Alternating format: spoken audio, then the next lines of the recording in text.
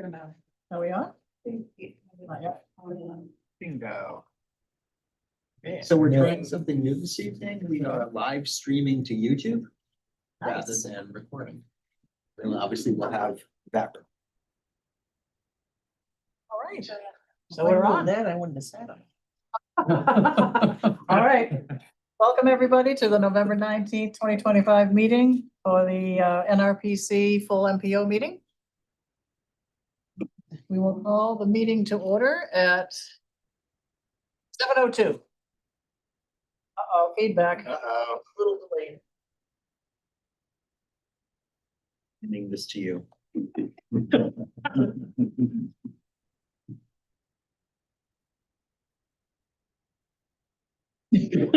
All right. Maybe we wanna, We just mute the. there you go.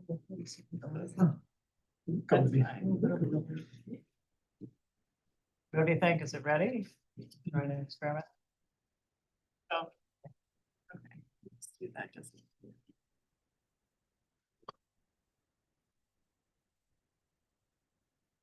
Live stream. Just muted. Yeah. Okay. All right, we're good. Do I Sorry. try again? Okay, I actually need it. all right. Just kidding. You can have it. You go for it. All right, so we have the welcome. Why don't we do the introductions? We'll start online, and we'll go around the room. All right, Jason? We just do an introduction? Oh, wait, Hi, Jason. I'm Jason, Commissioner from Amherst. We'll go from over here. Yep. Will Lute Amherst. Kimberly, there's, I think, Chris Oh, Constantino is out there. sorry. Hi, Yes. Hi. She said hi. thanks, Matt. I just welcome. didn't see there. Yeah, okay. Ed Vanderveen Hudson. Joe Garuba Hollins. Nick Corbett, Pelham, New Hampshire. Paul Dudek, Pelham, New Hampshire. Jennifer Beck Wilton. Camille Correa, Nashua Transit System, City of Nashua. Ralph Bohm, Litchfield. Kimberly Queenan, Litchfield. Danielle Prey Amherst. Herbert Williams, Wilton. Tim Tenhave, Merrimack. Alan Rosenberg, Brookline. Jerry Roach, Brookline. Jay McCara, NRPC. Salem Quinn, NRPC. Kate Bond, NRPC. Matt Wakens, NRPC. Emma Rarick, NRPC. Heidi Hi. Welcome, everyone. By privilege of the floor, does anybody have anything they would like to discuss? Before we begin? When are we gonna be looking at economic development and conservation? All right, we'll add that. Want to add that to the development, economic development and conservation? Is it all right if I add that as an item to our meeting? Sure. Okay. All right. Okay. We will add that before we adjourn, all right? Thank you. You're welcome. All right. Approval of the minutes for September 17th, 2025. Does anybody have any edits or comments they would like to make?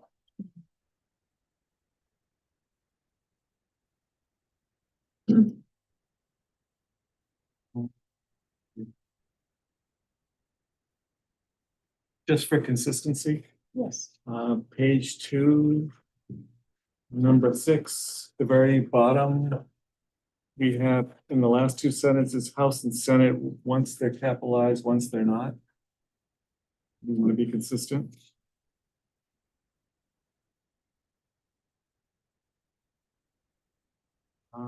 That's all I have, Kim. Okay, anybody else have any changes? Right, all right, so, I guess the question is, do we want to approve as amended to make them both uppercase? Case would be more. All right. Okay. We'll do a roll call vote. Oh, do we have to make, are you gonna make I'm having one of those. I get it, I messed up. All right, we have a first, Tim, Danielle, let me just make a note too. All right, any other discussion? All right, roll call vote. Jason, Hi, Chris, Yes. go around the room here. Yep. Will Lute abstain. Ed Vanderveen, yes. Joe Guruba, yes. Rick Corbett, abstain. Yes. Jennifer Beck, yes. Camille, yes. Well, I'm abstaining. I didn't get an email from Kathy. Kathy retired. I know. Maybe not retired from that. All right. Kim, yes. Danielle Pray and I. Kermit, yes. Tim, yes. Tamara's not here tonight, so I guess I get to vote. Alan votes yes. Jerry, yes. All right, motion passes. Next item for business, NRPC Community Stats Demonstration. Let me see if I can get this to work. Demonstration, that's always when it doesn't work, right? So this is just a brief item, but one of the things that we're, always struggling with is how to maintain the most up-to-date data on all of our communities and the region. And, there's a lot of data out there, a lot that we access and put together Excel sheets and tables and graphs, and the data that you pull together is always dated, as soon as you put it together. So our smart folks on our GIS team, mainly Emily and Sarah, came up with this, what we're calling community stats. So I just wanted to briefly show everybody where this is, what the information is, and then hopefully you will find it useful. So you go to our website, go to About NRPC, and then you see our region and communities. Click on that. You should see this map. Click on the map. And you're going to get to the community stats site. So what we have done is really pull together some of the key information that we know people are looking to access. But the nice thing about this is that we're not updating this data. We're linking you directly to the data source. So it is always as updated as is available. And we're not struggling to put out, tables, et cetera, regularly. So what we really hope is that this is going to be a resource for people who are, whether you're writing grants or you're putting together a master plan chapter or whatever the purpose. So I thought I'd just kind of give a couple of demonstrations as to what the information is. So let me click on Wilton, just for fun. So you can see over here on the right about the community of Wilton, about the residents of Wilton, economic, labor, and market information for Wilton. This is going to be consistent for every town. And then you see, here you've got all of the different categories of data. Most of these are going to, if you see this block, it means basically you're going to the same source. So let's say we're interested in income. You're going to click on income, and this is what you're going to see. And this is, I'm just going to go to the top of the page, and I can scroll down the whole thing. But basically, so here you've got the town of Wilton. The source for this data is ACS. It's going to be 2023. So this is going to be the most recent data that is available. And you just kind of scroll on down all the kinds of information that you might be interested in: median age, income, poverty, work, travel to work, all kinds of household information, really on down the line. And it's, at least in my view, pretty easily presented, so that you've kind of got the graphic, you've got the data, it's easy to see, it's easy to use. Going back to stats, let's click on labor force participation. This is a different data source. So now this is a state data source, because most of our labor related information is Department of Employment Security. So just kind of moving on down, if you're interested in employment and unemployment, data, basically here it is. Looking out of this one, what's another employer? This is a question I got recently. Who are the largest employers in the town of Wilton? Here they are. This is a range of employer size. What are the industries involved? So it's really, hopefully we think, I click on another town, Merrimack. Kind of once again, whatever we want, whatever other information we're interested in, you're gonna find all of the data, all of the information for every community is presented in the same way. So we're really hoping that this is useful and it kind of, because we're linking directly to those data sites, these are all automatically updated as we update them. So this should give you the most current information that's available from these sources. Obviously, there's a lot of other sources out there, so we had to kind of think through what are the things that people are looking for the most, what are they asking for the most. Needless to say, the census is enormous, but at very least, this kind of gives you some of the key statistics that we know that we're looking for all the time. What was the link for the largest employers on that page? Let me go back to that. Yeah, Jay, where, you said under NRP, about NRPC, I'm not seeing what you said. So yes, if you go to about NRPC and then you scroll down, you're going to see our region and communities.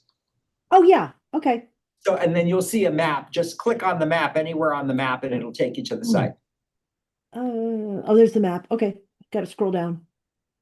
And so going back to labor force participation.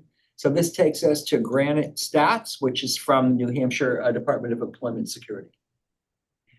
I kind of, once again, we selected kind of some of the key data points. If you were to go to the Employment Security site, there is a lot of data. So we're trying to winnow what's useful, but we'd be really interested in feedback from anybody. Hopefully you find this to be a useful tool. How do we update it? I might just look at, you just wrote my master plan chapter for me. Thank you. Yeah. That's why I clicked on. Yeah, I know. So the employer data is really, really wrong. So how do we go about updating stuff like that? We cannot update this. This is coming, so in that case, it's coming from Employment Security. So we and have to it's let their data. you guys know how, when we do this. They collect the data. So we have nothing to do with updating any of the data on I these see. sites. However, you can go to Employment Security and get different levels of data. So we can talk offline about that. But yes, everything in this list is wrong. That's wrong, yeah. That's interesting to know. Mm. So. That's the source. Using for a source. Well, so when we brains. tried to put our master plan together, we used this. That was what our circuit writer came up with, Yeah. because she uses the data that they're putting up here. And I said, none of this is right. But what are you using for your? Well, knowledge. Yeah, our brains. We Local happen to know the knowledge, people. because there isn't a source that has it all accurate. Yeah. But, I know half these companies that are on the list, either they don't have the number of people that, like, for instance, the fire department. They list the fire department as having 20 to 49 employees. Well, we have one employee. Everybody else is a volunteer. The Wilton Town Theater is the really funny one, since it's got one. Right, yeah. No. We got that many people. They probably And a have lot of them people are- as go to a movie. Yeah, a lot of them are defunct. Anyway, great source of information, just have to make sure they're right. Right, and again, we do not vet this information. We are linking directly to the source. Got it. But it's very cool. Yeah, we think it's cool. Can you download the graphics from this thing? Haven't tried, but I would think you could probably copy and get that image. Okay. I haven't tried that. That's a good question. So that is it. Again, hopefully you find it useful. And if there is information that is kind of readily available that you think would be interesting, again, this is just a subset of the data that is available. It does get much more comprehensive, so we'd be interested in hearing that. Congratulations to the GIS team. Happy GIS Day. Oh, that's right, it's GIS Day. All right. Right, and I now will pass this down to Matt, and hopefully I didn't mess you up, Matt. Well, I don't know that I want to touch anything here because we're live. Let's get out of that, right? There you go. Great. But I don't blame you for your reluctance. Yeah. All right, MPO policy committee, right? So people know out there, yeah. Item A, safety, PMI target setting for calendar year 2026. Yeah. Thanks, Kimberly. So share this and I'm gonna go there.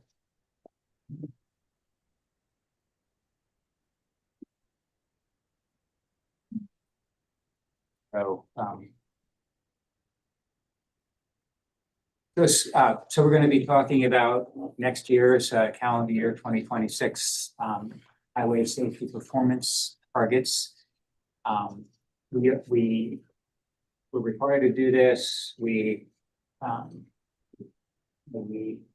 it, we update these every year. We set the targets for the next calendar year. So some of you have seen this before, some of you, it might be new to you, but I encourage you to ask questions and yeah, so this is what we're going to be talking about, just what the background, why we do this, what the measures actually are, you know, where we get the data to kind of come up with these and calculate these measures, what our targets are for 2026 and what it means to make progress or not make progress on meeting this target. So again, please ask questions. It's certainly helpful to me. So in 2016, Federal Highway Administration, they published the final rule for the Highway Safety Improvement Program. And one of the requirements was that state departments of transportation, obviously including New Hampshire DOT, had to set safety performance targets by the end of August of 2018. And MPOs, including NRPC, had to set regional targets 180 days after that. Initially, we adopted the statewide targets, and then we transitioned in 2019 to our own targets because we have access to the data, the crash data for this region. So it makes sense to do it just for our region. And I said already, we do this every year. And we have to do this by the end of February and submit these to New Hampshire DOT. So we're ahead of the game this year. We get the folks that provide us with this data have really gotten better at it. And whereas we used to get it much later in the fall and kind of scramble to get it done by the end of February, now we have it in advance. And I just thought, let's get it done and not wait. So these are the measures. There are 5 of them. It's total number of fatalities that for individuals related to motor vehicle crashes. And again, all this in the calendar year. The rate of fatalities, and that's per 100 million vehicle miles traveled. And that's a way to normalize the data and compare it region to region, state to state, that sort of thing. Also the total number of serious injuries, the rate of serious injuries, and then the total number of non-motorized fatalities and serious injuries. And those are the bike ped injuries that are directly related to a motor vehicle experience. So any questions on what the measures are? These are our data sources. There's the fatal analysis reporting system. There's the state motor vehicle crash database. That's where we get the serious injuries. Both of those originate with the State Department of Safety. And then the highway performance monitoring system is where we get vehicle miles traveled, and that's what we use to calculate the rates. And just sort of a sidebar, you all know that NRPC has a really good, strong data gathering department, and we do go out and count traffic, and so we contribute to this, this database we're pretty good at. So as far as target development, the US DOT is committed to long-term goal of zero roadway fatalities. And actually it comes to mind, there is a memo that you have in your packet.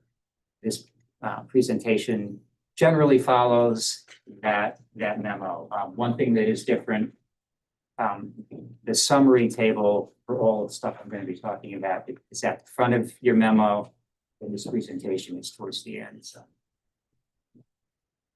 So DOT is committed to zero roadway fatalities.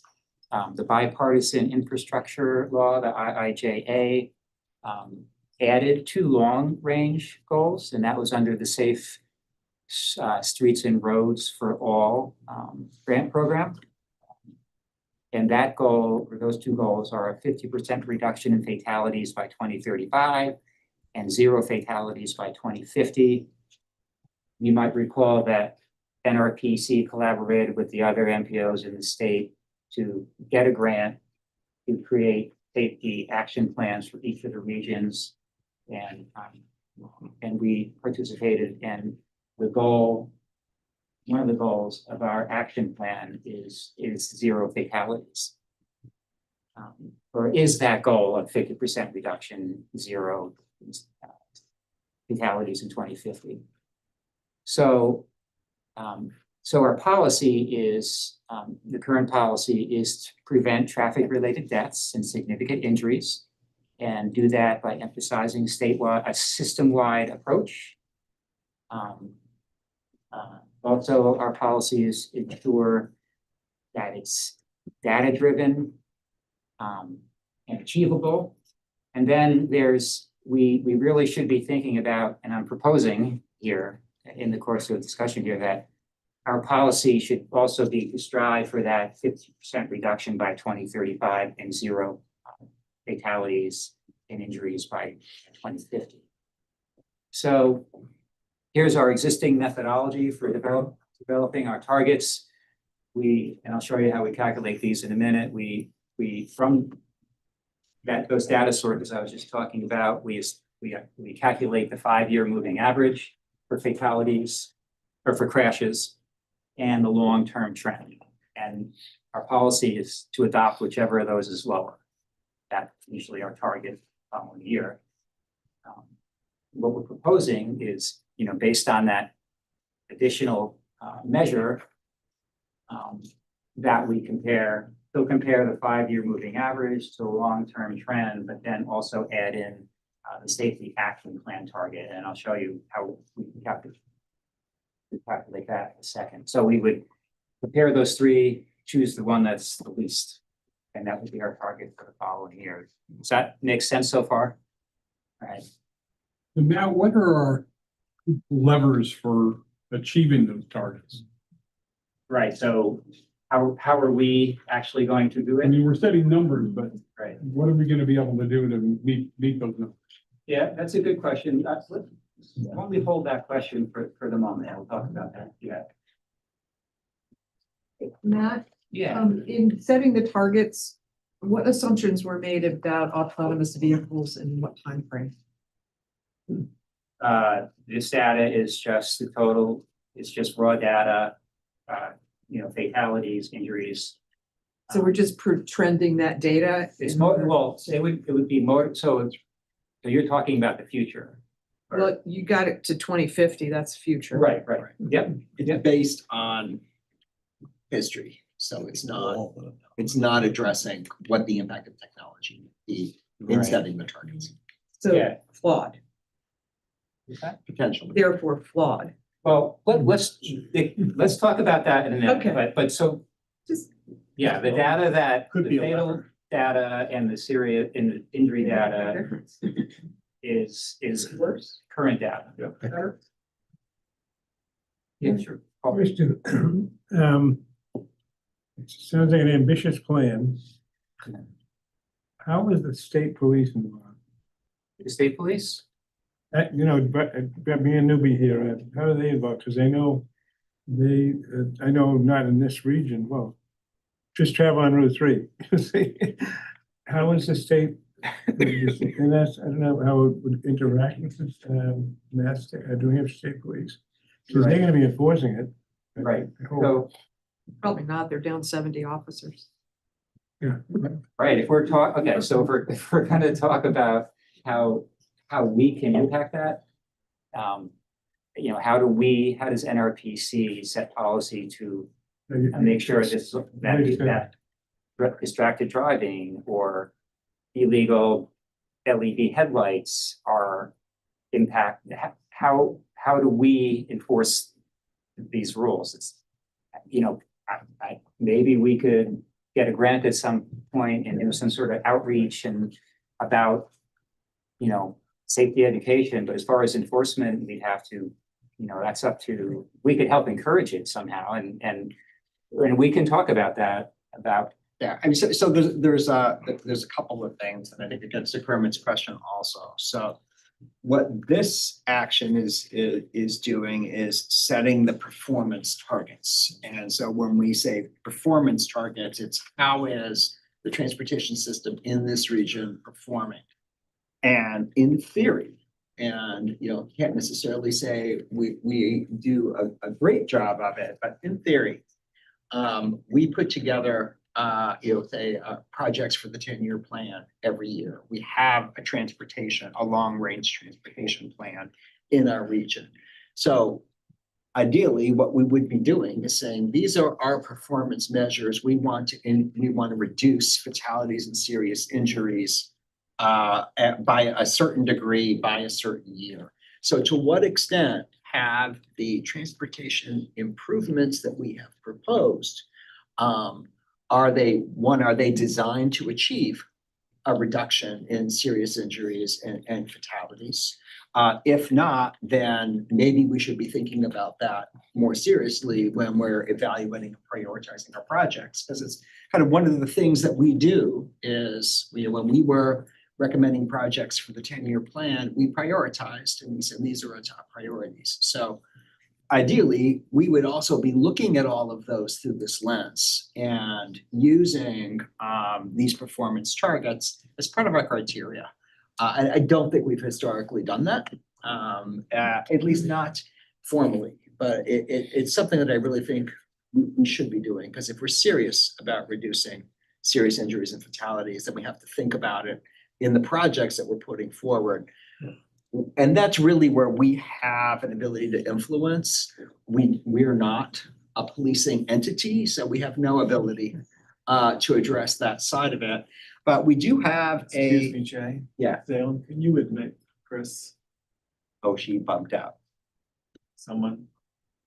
But we also have a safety action plan, and it does have a series of recommendations, including things like education, including things like changes in policies, changing speed limits. So some of those things are things that communities do. And but it's really a matter of integrating these safety concepts into our overall planning. And obviously there's different parties, who could do different things. And certainly a 10-year plan item, like for instance, you mentioned earlier, the 101 updated Wilton, which was intended to address some of the crashes that have happened on 101 in that area. If this carried some weight in terms of how the 10-year plan got prioritized, then that particular project might not have dropped off, might have stayed on the list. Which project are you referring to? Turning lanes on right, 101 and Wilton. Yep. And something else we were talking about, just yesterday was, safety audits. We have done the work with DOT to do safety audits for various intersections in our communities. And we were just talking about Pelham. Why do we keep seeing these horrific accidents on Mammoth Road? I don't know, but, we're kicking that around to say that's an example of someplace we really may want to do an analysis to. It's embarrassing. I think we had 3 in 24 hours. Yeah. And we just had another one a few days ago. Yeah, it seems to me that when we prioritized projects, we did look at the safety issues associated with each of them and if they were that it felt like that was part of it. It wasn't just, I mean, part of it obviously was, are they ready to go? Do they have funding? I mean, things like that, the practical considerations, but so I need to get my head around the fact that what we're really looking at is transportation, i.e. the topology and the projects that have to do with highways and roads. That's right.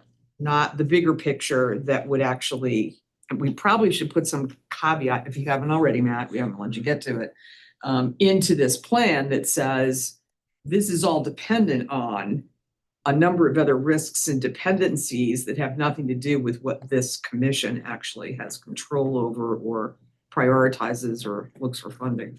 Yeah, it's a really good point. We think about that. Because you could just blow it completely out of the water if the state decides to go to autonomous vehicles. And that increases the issue versus, we don't know what that's gonna do. So Jennifer, kind of what, I think just for the way this is Initially, integrated maybe. into what we do is it's integrated into our transportation planning effort. Understood. right, Clearly, there's a broader universe Understood. that But we for don't. own credibility, right? If for some reason, something outside of our control completely blows our targets, right. we want to flag that in the beginning and go like, oh, we told you. There's just so much we can do as a commission because we're just dealing with the infrastructure. Although we, we can influence education, we can influence some other things. we can Yeah. make recommendations to community, but that's right. That's as far as we can go. And Jennifer, you're right, when we select our 10-year plans, we score them and there is set criteria, and one of the criteria is safety. Yeah. And we can weight, whereas those criteria are consistent throughout the state and all the planning commissions. We can decide how much weight we allot to the safety criteria for For the projects that we prioritize, yeah.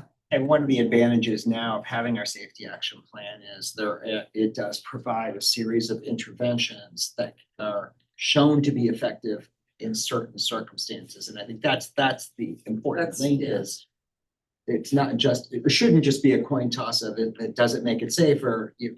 Is it an intervention that has, that is evidence-based? Yeah, and I think the weighting is really important too, because not all things are created equal in terms of their impact. All the commissions are doing, planning commissions are doing this, right? Yes, Setting and the the state targets. as a whole. Okay. So Wonder if they're doing the same. Well, the thing. MPOs only the MPOs have to set safety targets. The rural planning commissions don't, but the state does. But all of the RPCs go and solicit projects and use the same criteria for soliciting projects. But It'd be interesting to see what risks and dependencies they're identifying as part of those plans. So, but this. Sorry, keep go talking. ahead. No, it's okay. That's good. There's more to come on what you've been talking about, so. So I wanted to show you how we put together, these graphs that we're working from and I'll do it for fatalities. So this is just the total number of fatalities starting in 2014 through 2024, which is the most recent full year of data. And that's just those fatalities plotted on this graph. Can't quite see. Was that COVID? Nobody was driving? 2021, yes. Thank you. The earth healed. People got to meet their family again. Yeah. Pandemics are all bad. And these graphs are in the memo if you want to follow along there as well. And needless to say, we're not trending in the right direction. Right? But, so if you were to, this is the 5-year moving average, right, which is basically you take, if the current 5-year moving average is from 2024 back to 2020, so you add the 5 together, divide by 5, that's your moving average, right? So that flattens out this curve a little bit, obviously. And then if you add this deaths trend line to this data, which is the trend line for the 5-year moving average, you can see that that is generally downward and projecting that out to 2026, that if that were the trend that we followed, that would result in 10 fatalities in 2026. So that's using the data that we can get from the Department of Safety. This long-term goal of getting to 0 by 2050 is a different calculation. And we did collaborate and talk to the other MPO coordinators about how they're doing this. So all this is really a straight line calculation from now out into the future. So what I did here was in 2024, we've already established that the 5-year moving average is 11. So half of that in 2035 is 5.5 fatalities, right? And then I just divided incrementally equal between now and then. Between now and 2035 to get a 50% reduction. You know, pretty simplistic, you know, it's. This is region-wide or statewide? So this would be for our region. Just for the region. So 11.0 is our current most, through 2024, our most recent 5-year moving average. I just use that as the starting point. It seems reasonable.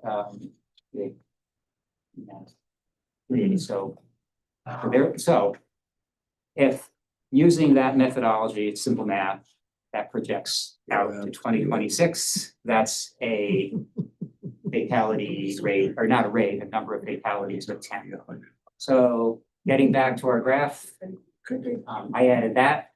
And so now we have the three measures, 11 for a 5-year moving average, 10 for the trend. And it happens that it's also 10 for the safety action plan target. So the proposal would be that 10 fatalities is the lowest of the 3 numbers. That would be the target for 2026. So you can think on that for a moment. And in a similar way, I did all of the other 4 measures. So this is the fatality rate. And the 5-year moving average for that is 0.666 fatalities per 100 million vehicle miles traveled. The trend is 0.595. The safety action plan target is 0.573. The lowest of the 3 happens to be that safety action plan target. What happened in 2016? It's in there. I know, but what happened? Why is it? Sorry. Don't know. Wondering the same thing. What's that all about? Was there a recession? I don't think so. No. No. So, Gas we, prices up. I retired the year before. I wasn't on the road. Maybe Maybe that's. the gas prices were up. Didn't really drag me. So you were responsible for all the ones before Yeah. that? You know, a lot of people off. Long commute. No, really, what was 2000? I mean, I get the other one, but good question. It's interesting. it's a big dip. It is a big difference. Well, the difference between numbers is relatively small, so 10 to 12. statistically, Right. going from 10 to 12 isn't that big a. Somebody got lucky. Yeah. I'm just wondering if like vehicles were different. What did we do with laws? Did we reduce speed limits? I mean, you know, I don't know. I'm just curious. So it went from an absolute Yeah, number of don't worry. 12 in 2015 down to 10 in Yeah, 2016. And Yeah, only 2 people. It just Only looks like- 2 people. It just looks like a big dip. It's only 2 people. Also, it could be weather, right? Maybe we had an early winter or a night The winter. winter before was terrible. One, like this was, Yeah, really. that was a much drier winter. So next up is serious injuries. There you go. And so Look at 16, it's high. So they didn't die, but they. Yeah, I did a lot of messed up. They made it. This is a more accurate picture of what's. You were driving? They didn't die, they were just seriously injured. Yeah. This meeting took a dark turn.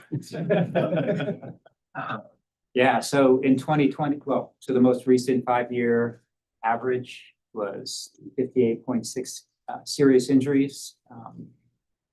The safety action plan target would be 53.3, and the trend happens that the trend from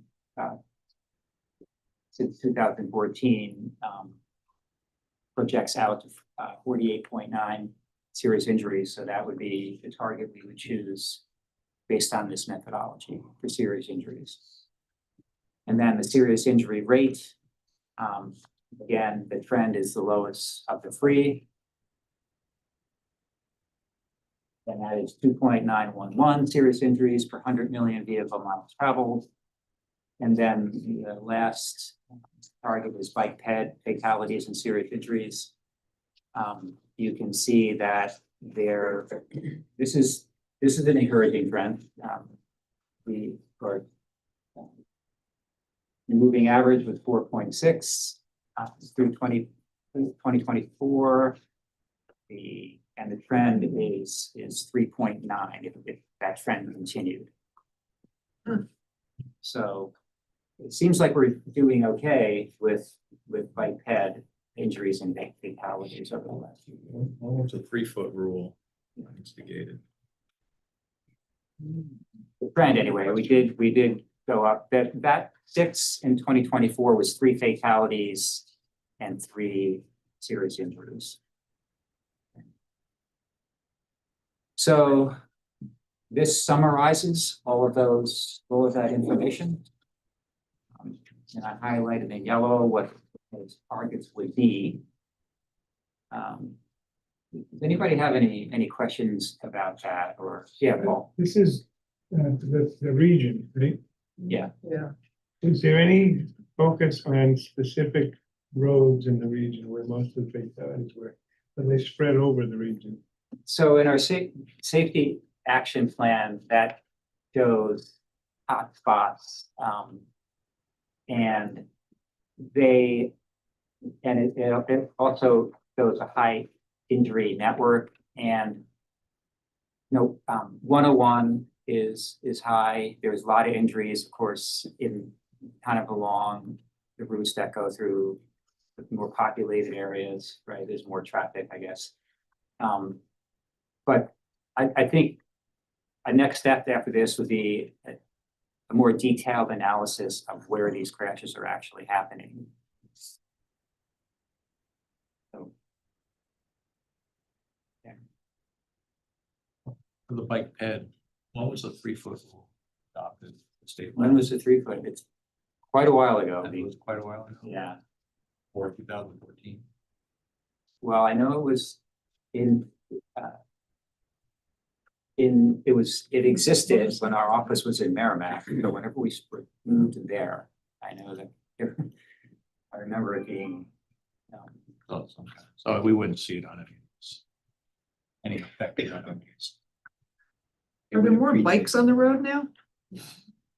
There must be. E-bikes included? Motorized bikes. Huh? We've got a lot of bad motorized bikes on the road that are causing problems. Apparently I thought I saw a quite detailed regulation on electric assist and electric bikes. There seems to be, as far as I can tell, no emphasis on training.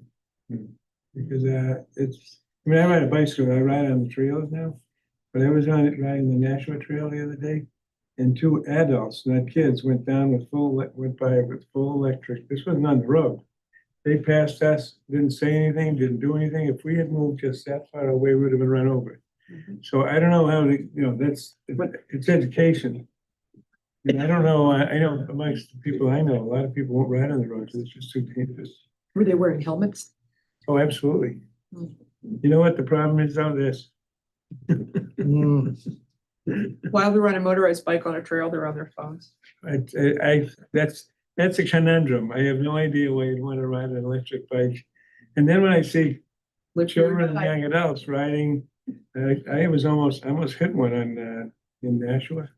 I was going in the middle of the lane And there was a guy with his earbuds in going, the road that, I can't think of the road that takes you to, across the way to Hudson. He was near the McDonald's, if you know what that is, going out of Nashua. I missed him by about that much. He was totally in dreamland and we had an electric bike. So I don't know how you can, there's no way to enforce it. I guess it's education.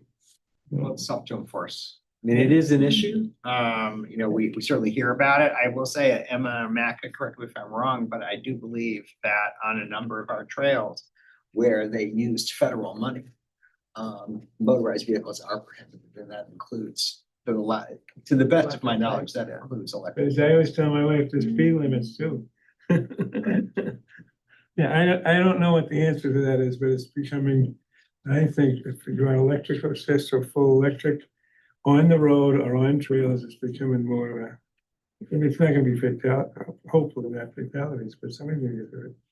Yeah, you have a question there. Yeah, and our New Hampshire Motorcycle Rights Organization meetings on Sunday, we had a big discussion on EV bicycles, electric bicycles. Because they're not motorcycles. Nope. They're not bicycles. So look like something maybe later we can look at how they're classified. Because I remember back in the 80s, 70s and 80s, there was a 49cc bicycle, you know, motorized, that was in the special class, maybe something like that.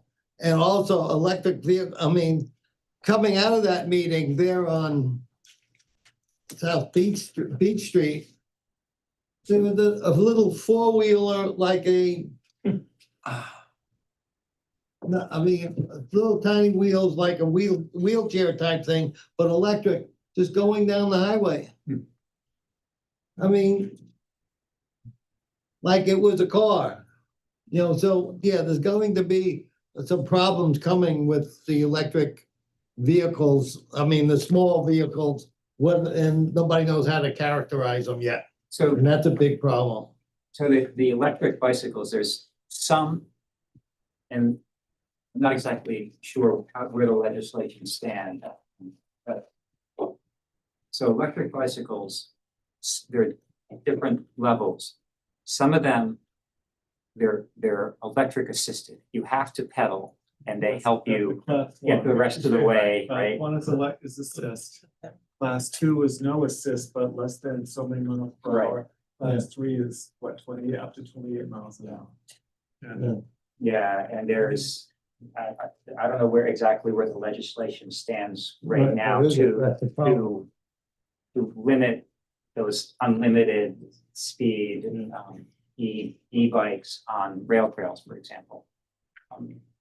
But yeah, I mean, I see, obviously we all see it, but people going by on their electric bikes, or there's no license plate, they're going 35 miles per hour with traffic down Amherst Street. Right. That is like, oh yeah, I'm riding a bike. But yeah, but you're riding a bike that's going Have you really ever fast. driven in Mumbai? It's Yeah. gonna look like that soon, where there's every amazing thing you could possibly imagine that's motorized, all like going together in the same, all honking at each other. It's getting crazy. Go-kart motor on it. Joe. Used to be when we have cows in the road. It's true. In the sense of the numbers that we got from the safety action plan, it's kind of a linear pattern going down. Does that address the cost of achieving that, the effects of throughput on the roads, any of the other things that roads are supposed to do, or is it just No, strictly, no, it's- we picked a date and we drew a line to it? Yeah, yeah. Yeah, thank. Although I do recall that in the safety action plan, there is some level of analysis of kind of cost and impact of various interventions. On this one, we need to know how many of these various transportation vehicles we're actually talking about and how that's trending, I think, in order to make these numbers real. Yeah, well, I mean, it's a different issue than the one I raised earlier. This one, there's got to be projections, right, for those kinds of bikes, let's call them. And whether or not the classifications are going to restrict them in some way from roadways. and how many we expect to trend out, because that's gonna affect your numbers, right? If there's like, thousands more of them in the region, the likelihood of accidents is gonna go up. But all the regions use the same formula, right? Are all the regions reporting the data the same way? Similar, Similar. similar, if not the same. They're all gonna be wrong. I think though, key is that, and correct me if I'm wrong, Matt, what we're looking to adopt are the targets for 2026. So Okay. yes, absolutely, the longer range, where do we get, but realistically, in 2026, we're probably not gonna see a significant change in the composition of the vehicle fleets or technology. Okay. Whether the targets are realistic is a different question. Yeah.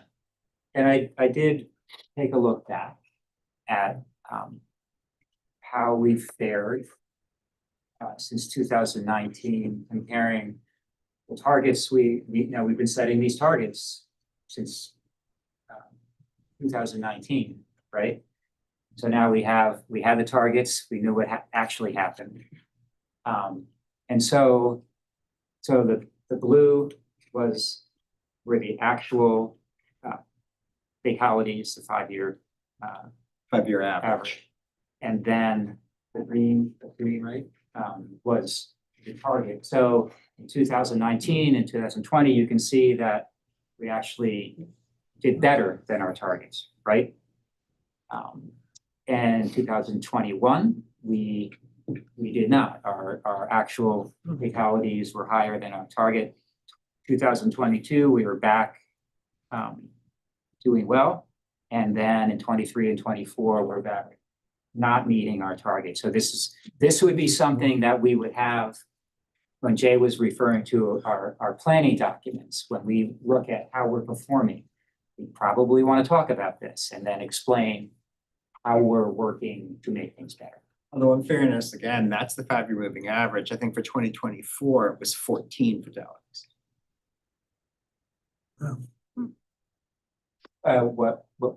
That's not the number of fatalities in each year, that is the moving average, right? So if I'm not incorrect, in 2024, there were 14 fatalities. Right. So in reality, our target, the number of fatalities exceeded the target significantly. You're right about that, actually. We've had a lot of motorcycle deaths recently too. I know for the 100 million miles, you can't differentiate, but yeah, I know at least 3 that have happened recently. So when I see 10 people or 15 people who pass, I don't know how many are on motorcycles. And I'm not saying it's motorcycle's fault, because sometimes they get hit by somebody in the car too, but it just might be something that they could look at later to break it up. Yeah, Stop blaming on motorcycles. They do. They do break down, yeah. Do you know what the trend is? Is it higher? Is it 50-50 or? I don't know. What was the question? The motorcycles versus automobile deaths. We could get you that data. I just didn't know if it was a I can pull hot something air up to close. show you. My head. We do get that. I think we know of 3 recently within a year, that were on a motorcycle. It is a it's not close to the majority, but it's a disproportionate percentage. So regarding this whole discussion about. Sometimes we hit the motorcycles. That's what I said. Sorry. So it's okay. So here are kind of the ramifications. This is called assessment of significant progress. So Federal Highways directly assess New Hampshire DOT whether they've met or made progress on their targets. Federal Highways does not directly assess the MPO, but as Jay said earlier, so there are no penalties for us, but where they do consider this is when every 4 years we do a federal certification review. They look at all of our documents and they go ahead and they want to see, to Jay's point, if we are discussing this, if we do have targets, if we're moving towards those targets and type of thing. So we do get assessed on that. There's no penalty to us. We're not going to lose funding probably or anything like that. So Do we get rewards? We get reports. Well, I know we get penalties. reports a few months later. There's potentially longer term consequences, but after they do their evaluation, they will, they can issue corrective actions and, we require to respond to those. So that can, Give us more money for projects. that would be nice. Yeah, 2009. So it's 2009. Thank you. So this just is kind of what we've been talking about and what Jay mentioned. What we need to do, we're required to set these targets. We're required to have these goals and the targets incorporated into our planning process. Our tip, the 4-year tip, is supposed to show that anticipated impact on achieving those targets, linking investment priorities in the tip to safety targets. And one thing we do have in the tip is a table that lists safety projects as we've defined them and the amount of funding that is associated with those projects. So we have gone that far. We can go farther, like Jay said, and tie it back a little better. Performance. And in our long range plan, we have a system performance report that touches on these targets and also other pavement and bridge condition and so on. So we do address those in our planning documents, and we could do better at it. So here's our the recommendation of that and proposed motion that the NRPC, the Natural MPO, adopt the updated MPO policy and 2026 safety performance targets as discussed. So that would be a proposed motion. So in the sense of using the safety action plan and those arbitrary targets without considering the other things like cost and throughput and other things in the road, I think we should stick with the 5-year moving average and a long-term trending crashes. I don't see it's reasonable to add the safety action plan as part of the target.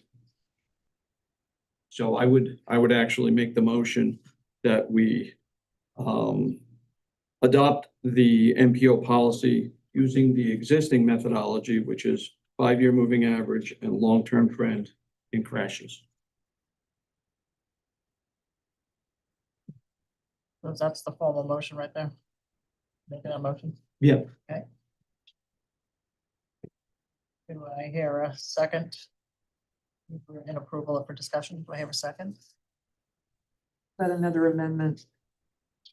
Can we put a caveat in there about the things that we discussed that would impact this trend wise? Or are you not worried about any of those because it's only 26? Could you just briefly summarize? So with risk and dependencies outlined as sort of the disclaimer, if you will, on the plan, not just go with the whole thing, but we need some language in there that says we're aware that there are other trends that are going to impact the results of these targets. Outside of our control. Correct. I think the question would be whether or not the mover accepts that amendment. Oh, I don't know that, is that the, It's really. is that the there's no motion. rules, the Riggins rules? I don't prefer that amendment, so. He made he made the motion, Okay. right? Right. Fair enough. Second. Right. So we were still kind of in this, yeah. But you wanted to amend it. Right? You wanted to amend it because we're looking at historical data. Oh, maybe I didn't understand the amendment. Is the amendment to use the safety action plan numbers with the caveat or? I'm good the with that. amendment- I'm just saying, I think we need a caveat in there. And maybe it's someplace else in the plan, but the motion should, I think the motion should carry that we've got risk and dependencies outside of our control that are affecting the targets. Okay, with the two criteria being 5-year moving average and long-term? Yeah. Okay, yeah, I do favor that amendment. I misunderstood. Thank you. Thank you. Right, so now we have the first amendment, with it amended, right? First motion with amendment. All right, so we still need a second. We have a Second, great. Any other discussion? Yes. I don't support staying with the 5-year moving average. I think we should strive to go further than that as recommended by our staff. But it'd be nice to see a way for us to actually have a plan to achieve that. I don't think we have a plan to achieve that, but that wouldn't be part of the motion, at least not right now. But no, I'm not in favor of the motion as stated. You'd like to keep it at, it's 10, right? You'd like to keep it at 10. What was this 10? Is this the 10? I'd like to stay with the proposed motion we see on the screen. Okay.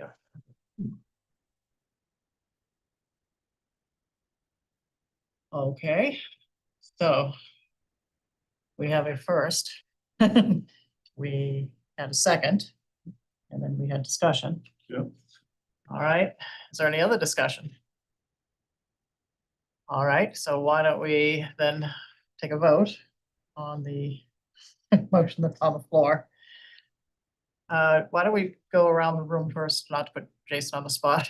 Why don't we go around? Can I Oh, yeah. want sure, to yeah, add that discussion, yeah. if somewhere in there, we probably need to say what the actual targets are, and it looks to me that they're all, if we go with this, it happens that they are the trend in all cases, kind of for fatalities, for fatality rate, for serious injuries, serious injury rate, and like head practice. So, right. Those, yeah. So, You just want to explicitly list the 5 trends? I think it was just getting clarification. Okay. We know what they are because they're Put all them in the motion. motion. yeah. Okay. All right, so. By the way, it's only one item that's different. You're looking at the chart, Tim? What are you looking at? Page. Yeah. Yeah. And what were you looking at there on page 3 of Yeah, this? so you see the 2015, 2026 trend, that column. Mhm. There's only one item that's different between what's been recommended by staff and what, it's made in this motion. Yes.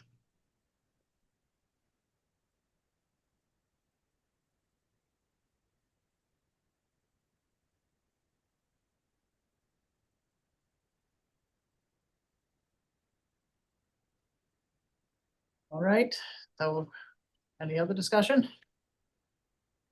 All right, we'll start over here. We'll start. Will Luke, nay. Ed Vanderveen, yes. Joe Gerber, yes. No.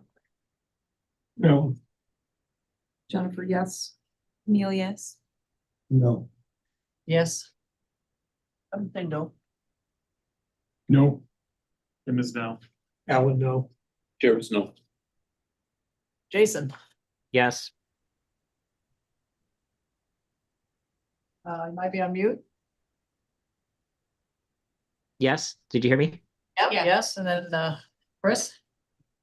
I'm a little confused. I'm making sure I am voting for the proposed change to the metrics that Matt has presented. Is that correct? We had. Somebody Joe made a made motion it to was change amended by something. Jennifer. yeah. Yes, in Matt, essence, using the existing methodology. And with the, somebody is, what I'm voting on is whether or not to change Matt's methodology. Well, Matt's methodology, I assume, was the existing one, right? I mean, that was Okay. last year's. So they're both Matt's methodology. Okay, I do not support whatever was put on the table. I think whatever the man just offered as a motion, I'm against. I sure hope I got that right. So did anybody keep track of that? How many votes were yes? 10 no's. Sorry, I'm not counting you. How many voting members? I didn't count. I'm not sure. 1, 2, 3, 4, 5, 6, 7, 8, 9, 10, 11, 12, 13, 14, 15, 16. Plus online. I think I had that right. So let me do it again. Go online. 1, 2, right? 3, 4, 5, 6, 7, 8, 9, 10, 11, 12, 13, 14, 15, 16. So you said 10 no's? That'd be 6 yeses. The motion fails. So now we're. Back to the drawing board. Yep. Madam Chair, I move that the Okay. National Metropolitan Planning Organization adopt the updated MPO policy and 2026 safety performance targets as discussed. Second. Have a motion. We had a second, was that? Yeah, Chris. Okay. All right. Any other discussion? Can I add my amendment to this one? I'd have to ask Jason. It's up for discussion now, so you. Jason, are you willing to add the amendment with the caveat for projections, things outside of our control that will affect our ability to achieve those targets? I personally think that's implied, so I would, if you want to move to amend it, you're welcome to, but. I would second that amendment. Jason's amendment or the amended? It sounded like she was favorable to it. That was her amendment. Okay, he said it was implied. And he said he was okay with that? Yeah. Jason, okay. Well, Any other I was saying I would like to stick with the current motion, because I think it includes, caveat, stuff happens that's outside of your control. Yeah, I think his comment was that Jennifer could move to amend the motion if she chose. It doesn't say anything in there about Right, so if you wanted to. dependency or risks associated with projections and data that would affect, like all the things outside of our control would affect that. So you can move an amendment that states that. Yeah, so it's whatever. So the amendment would be a caveat written into this motion that signifies that there are trends and elements outside of our control that will affect these targets. So how would you read that? Yeah, I'm not quite sure how to move it into that. Because that language isn't there now at all. With the caveat. Correct. With the caveat that there are a number of risks and dependencies outside of our control that could affect our ability to achieve those targets. Okay, do we have a second or? We have discussion? Do I have a second? We have a second? Any discussion? I'm not sure what we have that actually helps us move towards the numbers. I mean, so the caveat, to a certain extent, I would agree with Jason that it's applied because we have very little leverage to improve safety. Other than, the only thing that we really have is our recommendations as the MPO to approve various projects or not approve various projects. We don't really have much control over safety. Somebody said, the state police aren't involved and, we're not making any rules in terms of what sorts of vehicles can be on the road. I mean, lots of things that other agencies or other places could do, but we don't have any control over them. And yet we're accepting safety performance targets. Because we're supposed to. Okay. It's a little bureaucratic. Maybe that's my issue. Is there any legal backlash from adding that caveat or explicit versus implied? Is really. I don't think there's any backlash. to Okay, adding nobody's it. gonna point to this and say if there's a lawsuit that. No. Okay, all Oh. right, we're advisory only. Okay. Do you have a comment? I was gonna say, there are really, like, we could say, this is completely separate motion, it's probably better said after, but like as a committee, we could say any project that comes before us, like if it's a road where the speed limit's over 40 miles an hour, like you have to have rumble strips, 18 inches from the shoulder. Like, So much detail, yeah. it's It's infinite, something. yeah. Like, I'll withdraw my amendment just to move things along. How's that? But we need to deal we with, could just build Yeah, an we ice should. and like, just that way we have something. there's a Like, lot of there you missing go, we did data. something. Yeah. Yeah, it'd be okay. nice over time if we could come up with things that actually would help achieve the target. Or at least make the recommendations. Okay, I'll withdraw my amendment just to move things along. Okay. All right, so we have Jason's original amendment, which is what's up out there on the screen, right? Right. And do I have a second? I think Chris Chris, We have Chris second. seconded. Chris seconded it. All right, So- any other discussion? All right. I'll start up at the screen. Jason, Jason, yes. Chris, Yes, sorry. Will, yes. Yes. No. Heather, yes. Yes. Yes. Camille, yes. Yes. yes. Yes. Yes. Yes, Alan, yes. Yes. All right, 15 yes, 1 no. They're abstaining, 15. Motion passes. Okay, all right. Item B, did Janet, come in? I don't know if he wanted to come on, Mrs. Stefan, I don't see it. Right. Position on potential turnpike system toll increase, it's a discussion only. Format. Position of potential turnpike system. No, I thought we were gonna just briefly touch on the minor Okay, we can do that and then go to the. and then we'll go to the discussion. And this is just a brief overview of changes. This is not something that we have historically done. We've brought TIP amendments to the full commission to approve. But we thought as an information item would be helpful because there are what we call minor revisions that happen. They don't rise to the level of requiring amendment. But we thought just in terms of information, it'd be helpful for you to see. So you have a memo in your packet and it just outlines some of these, and we don't have to go into a lot of detail. But we think it's important for you to know that these changes happen. Yeah, and there were, in the interim, since that memo went out, DOT notified us about a couple more, so I can just, so. Just real quick. Yeah, brief in summary. your memo, there's a whole, even though these are minor revisions, there are more reasons for a minor revision than there are for a TIP amendment. But anyway, the ones that this month, these November minor revisions had to do with minor changes in the total cost of a project, changes to the funding category, and changing a fiscal year, so of a phase. So again, there's no action required by you guys, just information. So there's a project in Nashua, well, the Walnut Chestnut Central Streets. Walnut Street Oval. Improving that intersection, and it's just the preliminary engineering phase is having a funding source change.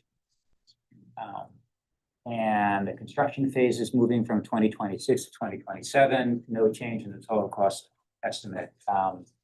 Heritage Rail Trail, they're adding an additional preliminary engineering phase in 2026. There's already one in 2025. A little bit extra funding associated with that.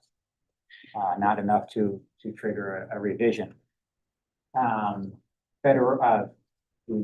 Turnpike widening, this is the 13761 project which is just preliminary engineering and design and right of way.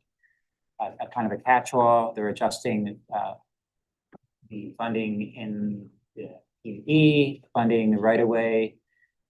Funding estimate just a little bit. It's actually going down 1.4%. The reason for that is sort of an accounting thing. It's the estimate. This is a 4-year program, right? 25 through 28.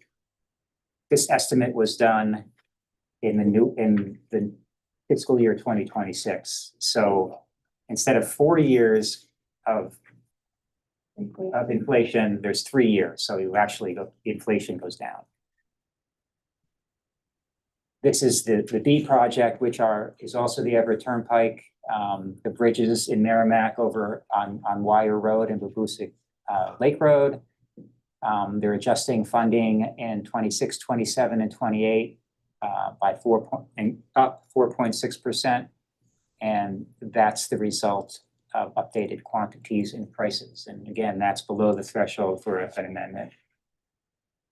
In Pelham, bridge and culvert replacement on Main Street over Beaver Brook. change in the preliminary engineering funding source, removing this state STBG 5,000 to 200,000. That's the funding source that's going away. Minor changes to funding for PE in 2025, right away in 2026, and construction in 27 and 28. And this is just an adjustment, as I understand it, in the indirect costs that are associated with this project. And then in Pelham, the roundabout at March Road and Mammoth Road, the construction phase is moving from 25 to 26. No change in the project cost estimate, and that's the end. Those are all the minor revisions. We get those, every month, and usually communities know about them. So just wanted you to be aware. You're welcome. Anybody have any questions from that? Didn't seem like that's item D on this list, and I think you. Yeah, we took it out of order, you're right. We're just trying to keep you on your toes. Yeah, I think they flipped them around on me here. Yeah, that was my fault. That's all right. I hear thought a it was nice, me. long, robust conversation about. I confused Matt. But now you're done. Yeah, I'm fine. Matt, it's amazing that you actually even answer your own phone, given the kind of math that you've been doing. Yeah, Very nice. I do answer the phone. Yeah, you do. Thank you. We're on to item C. Position on potential gas tax increase. Yeah, and toll, and we could probably take them together. Yeah. Rob. Yeah, about 10 years ago, I drove south to Maryland. And I think it came out at the DOT hearing on the 10-year plan. We have the 36 lowest tolls. And if anybody drives south or to Maryland, minimum tolls are like $5. In Maryland, they have tolls on regular roads, not major highways, just regular road. They have like we have up in Hooksett. Yeah. So, yeah, the governor already said no. I believe it's the executive council that can raise the tolls. But they're not making enough money on the tolls for the turnpike system. I have no problem with raising it, but hey, keep the New Hampshire discount. It's 70 cents now, but maybe just raise the toll on 95. Most of that traffic in 95 is not local. It's going from Massachusetts to Maine and back. But with New Hampshire, with the tolls for our with the discount for our easy pass, hey, make it a better discount. But yeah, they need more money. And gas tax, that's a definite no. I don't think anybody in the legislature is going to vote to increase the gas tax. But the executive council is for tolls, so. And the governor already said no, but we'll see. And the reason we agendaed it is because some regional planning commissions have taken a position. And so there's obviously no requirement that we do, and what influence that would have, I don't know. But we did figure we should agenda it and see whether there is interest in supporting one or both. I think we may recall that we had last month, Bill Watson from DOT doing the presentation for us. I think everyone is aware. All the new projects have been pulled out of the 10-year plan. And in addition, several that were in the existing 10-year plan have also been removed or delayed. And, that is for funding reasons. So Ralph, you weren't here for the last discussion on this, but one of the things we talked about was the idea of doing electronic tolling at the border to catch all the Massachusetts people coming into New Hampshire. Because right now they get to use the turnpike for free because the first toll is well north of. Well, remember initially it was supposed to have a toll on Nashua. Right. But well, they took it out because of the booths made traffic terrible. But now Well- that they have electronic tolling, I know it's it, less yeah, of an but, issue. yeah, but the big, I remember that because I was in the legislature then too also. And the big push was from the Nashville reps and the Nashville senators and the Hudson reps on that. No, no, no, no. So, I mean, the road was even deliberately made wide enough for the toll. But, yeah, I mean, I have no problem with doing that, increasing the toll. But hey, what you can do is create a bigger discount for New Hampshire. You have to charge the same, you can't discriminate, but you can, for our Easy Pass, New Hampshire Easy Pass, we're paying 70 cents on the dollar. So, but I remember when it was half, when the tokens, they were half price, but that's one way of doing it, but maybe start with 95. That we know that's what, a 12-mile strip in New Hampshire. Not, Out there. Well, Yes. given DOT is in the red, they're not just not funding projects, they actually are like pulling out of ones they had started. I mean, they're in a mess. Yeah. What has it been, 25 years since they raised any? Right, we toll? have it, yeah. Is it 25 years? It's like, hello, these are usage-based taxes. They're fair for that reason, in my mind, both of them. So I'd say hike them both up as quickly as you possibly can to the max. Last meeting, didn't DOT explain how deep we are in This the way. red? Like way, way, way, way deep. Yeah. How are they gonna make it up? Not gonna be with federal funding. It's not coming out of the state. I understand the sentiment behind trying to make tourists carry the burden of the toll and like keep it off New Hampshire residents, but at some point they're gonna kick back.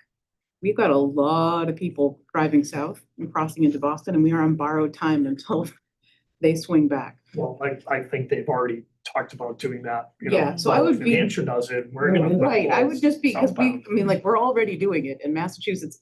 I don't believe they're doing it at all. And I think if we Nope, just I can't. keep pushing that button and saying, keep making Massachusetts pay, I mean, like, we already make a fair bit of money on tourists coming through. I mean, they support a fair bit of the New Hampshire tourist economy, and like, if we keep doing it. Well, that's why I mentioned 95. That's not a tourist. Not coming up 93 and Everett, that's the tourist route. Yeah, I'm just saying, I mean, like, these prices haven't gone up in 25 years. I mean, like, it's time. Like, it's Yeah, time for the time, residents yeah. to pay up too. And they're all drivers and their tires are all on the same roads. Right. So. I mean, there are roads, it's time. But the people who are paying for the entire turnpike system are the ones who are paying the tolls, which is a relatively small section of the Right. turnpike. Whereas there's other chunks of the turnpike that the maintenance gets paid for, but nobody pays any tolls. Yeah. So more electronic toll booths That'd be my support. and increase the costs. It's a question, are you gonna put one in Route 3?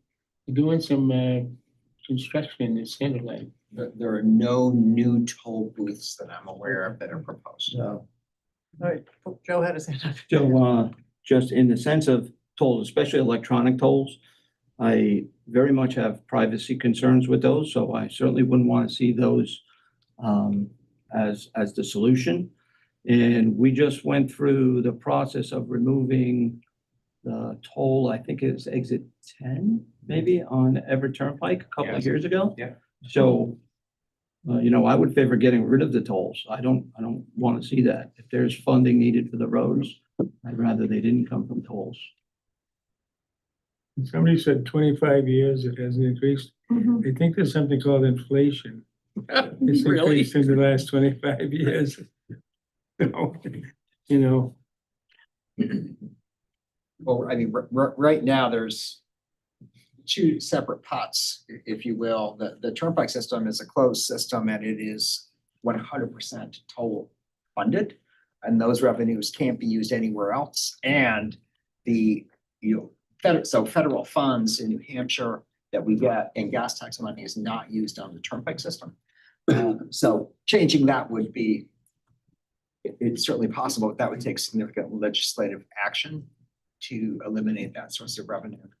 and replace it with a different one. So it's like restricted funding only for the road that you're charging the tolls on. That's right. So if the, That's silly. what DOT had suggested was a $1 increase in toll revenue, which would allow the turnpike, the widening that's happening right now is proposed to be extended. The construction period is proposed to be extended. So they could stay on target.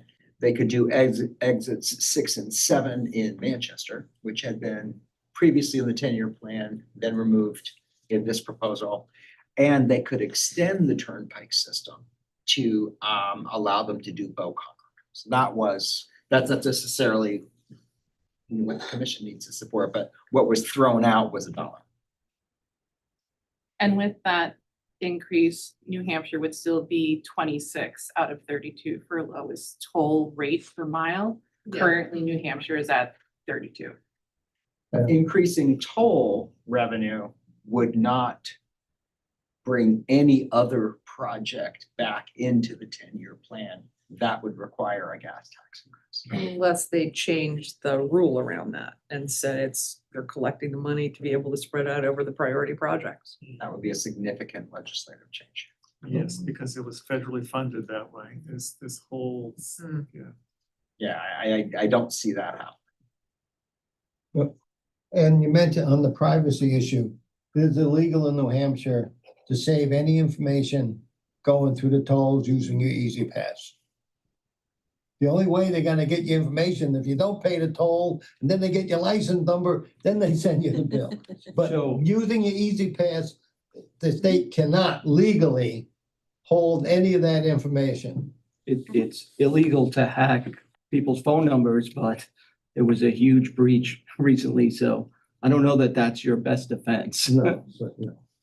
But we Again- made that sure in the law, We as a commission do not need to take a position. We just thought it would make sense. We hadn't had the opportunity to have a discussion since the presentation in our September meeting.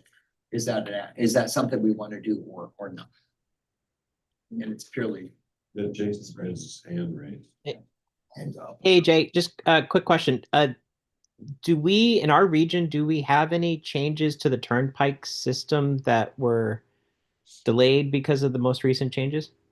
Yes, the Effie Everett Turnpike widening. So is that from like exit 10 north or where's that? Or 11 So north? that is, if you drive north on the turnpike now, you can actually see the construction. It's mainly in Merrimack and into Bedford. Do you know between which exits? 8 and 13. 8 and 13. Okay. It's pretty active right now, well underway. Yeah, but slowed. Slowed. Yeah. Right. And so this TIP amendment would stop that or would delay it or? Yeah, this isn't a TIP amendment. This is just what was suggested to us at the presentation that DOT made at our last meeting was a $1 increase in tolls in the toll would be a sufficient amount of revenue to fund the projects that were previously planned in the current 10-year plan. That would be the Okay. turnpike widening, exit 6 and 7 in Manchester. And there's a suggestion of extending the turnpike system to cover the Bow Concord project. So right now, the Bow Concord project is not part of the turnpike system. And it's been proposed to be taken out of the 10-year plan. If the turnpike were extended further north, then they could fund that project. So that was what the suggestion was on the toll increase. There wasn't really a proposal on a gas tax increase, but I think the figure that's been kicked around was 4 cents. That there's DOT has projected that a 4-cent increase in the gas tax would be sufficient to cover the deficit in the non-turnpike 10-year plan. Thank you.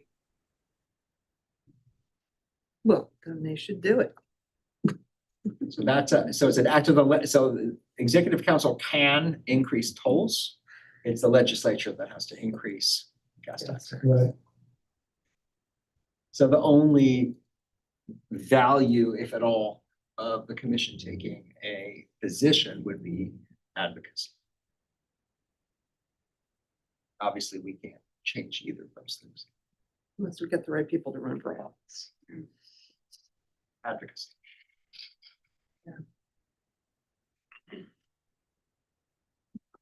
Well, given so many of our projects were so negatively impacted, it seems to me we should take a Right. position and advocate for more money. We're one voice, but we're also one of the most populated regions in the state. So I think we carry some weight in that. So if we wanna take a position and put it up for a vote, I would recommend that it appears on the agenda of the next meeting, because this agenda clearly states there'd be no vote taken. And therefore, I don't think it's fair to take a vote tonight. Yeah. Fair enough. And it was on as a discussion item, so it's a fair point. So we meet in That's separate from- February right. next time, right? So we do meet in February, and if it's you, so if it seems to be a consensus that we should put it on the agenda as an action item, we can. And separate. Separate, absolutely. And could your staff draft something up that we could actually talk Yes. about as an actual recommendation or position? Yes, great. If you're gonna do gas tax, then how about a tax on EVs that don't put gas in their tank? Well, they pay a higher registration, but that needs to be looked at. Yeah, that would have to be. We already pay one, Tim. I know, And if you but- do we already pay one, and if you do the math out, whoever came up with it is actually spot on. It's $100, which is like the average gas tax that the average person pays per year. I checked the math. But we can include that there's a proportional increase. Yeah. Yeah. Okay.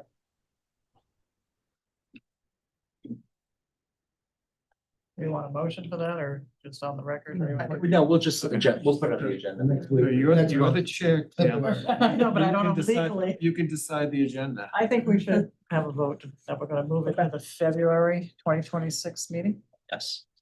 Uh, I'll make the motion that we, and that we move it to the, when is it, February 18th? Yeah, and we wouldn't even need a motion. You don't, No, do it. You don't want a motion for that? Tim, you're the chair. You're the chair, you can set the An agenda. agenda. I thought you said I could set the motion. All right, I will set the agenda that we'll Won't do that be during- under consideration prior to February? I mean, won't they? Yeah, I Yeah. mean, If they have a vote on it, then we might not have it on the agenda, if it's. Right. So Move the at that 10-year point. plan won't be in front of the legislature. Well, it will have gone to the legislature, but they won't have voted on it. Hmm. But yes, On my calendar. comments of the 10-year plan has passed. So as part of that discussion, could we get a presentation on how toll credits pay for projects? Because certainly that's how I've seen previous discussions, that projects outside of the turnpike are paid for to a certain extent with toll credit. They're not. When paid there's for. federal funding. They're not paid for. The state is allowed to use toll credits as match. Right. So that means that we don't have to come up with the cash, but it doesn't mean that we get more money. But we get a match, but we use toll credits outside the turnpike. I guess That's right. That's the trade-off. Yeah. Because we don't use federal dollars in the turnpike system, the federal government allows us to get a credit for the money that we didn't spend there. On other federal projects that are funded with federal Right, money. so we can use those toll credits to match. What it means, though, is that we're not actually spending any money. So in another state, if they provided, $800,000 on $1 million project, and the state would come up with the other 200,000 as a match.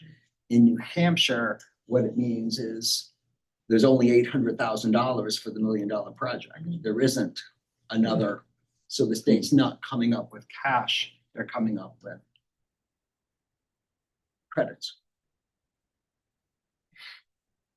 There's no additional dollars associated. You're not with using those toll credits. dollars. They're just. No, they can't take the money from the turnpike system. It's just a credit that says that we don't have to pony up our 20% match. yeah, right. Okay. Yeah. That's the exact What a response system. that I had. Made up these rules. Interesting. If we're gonna ask the commission to draft a motion for us, should we give them some direction on like, because this is a policy question more than like a technical question, I think. So I'm wondering if we should at least get a sense of the room, like what is it that we support? So for instance, I like Ralph's suggestion. Hey, you can maybe increase the tolls by 50% or something, but also, hey, why don't we make the New Hampshire Easy Pass go back down to 50% discount, which is what it used to be anyway. Something I like think that. what staff can do is just draft a basic motion and then that can be discussed and anybody can make any iteration. I think it'll be challenging for us now to try to draft Right. motions and get consensus because I have a feeling that there are very different opinions in the room. But we'll come up with something and then that can be discussed and potentially voted on. Any other discussion? All right, so we went ADC. We went ADBC, right? Yeah. All right, we're on E now. And I'll try to move on quickly. I just did want everybody to know that we got a notice from the DOT that they're beginning the process to formally discontinue and dissolve the circumferential highway project, the right of way. So that ultimately will allow them to declare that land surplus. It's a significant amount of land. From what I see in the memo, it involves 59 parcels. I was aware of Litchfield and obviously Hudson. I was not aware though that it does include parcels in Nashua and Merrimack.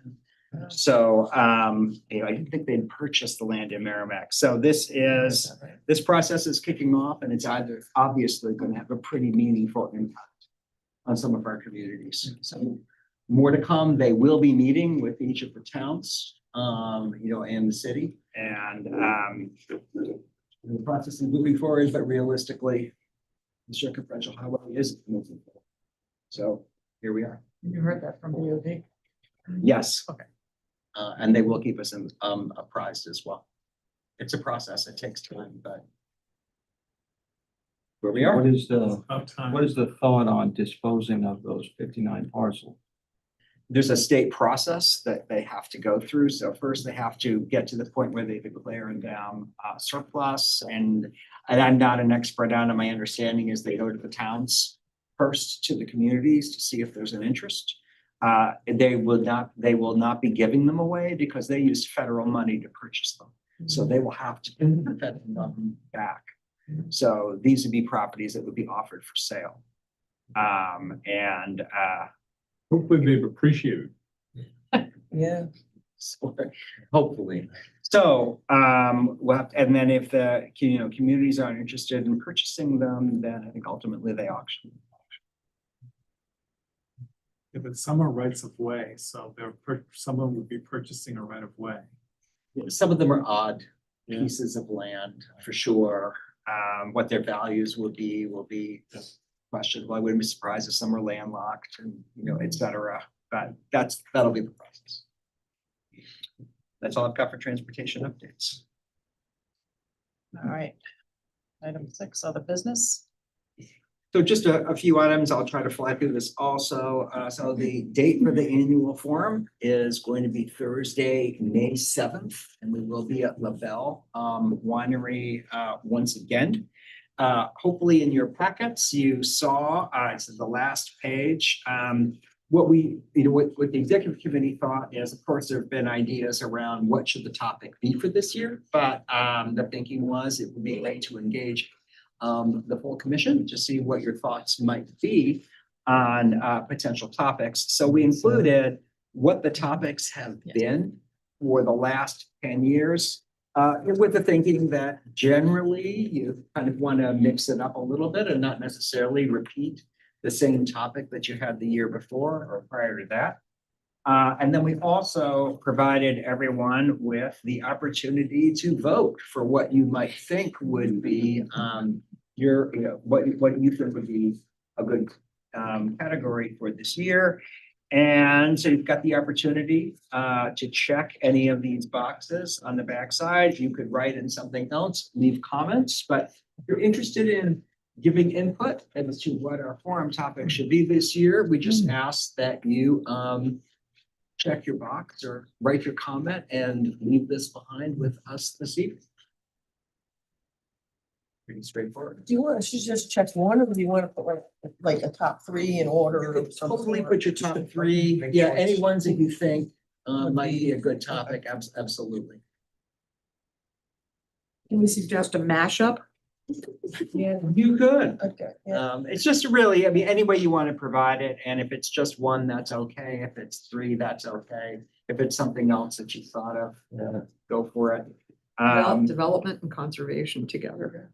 Yeah, that's what I said. We were talking panel. about you. Right, but that's why, and that would be worth checking and then writing in kind of what you think. Other thing I just wanted to touch on was, I don't know, hopefully everybody has received. Before you move on, I know you're giving us an option, but I just like to speak to the whole commission.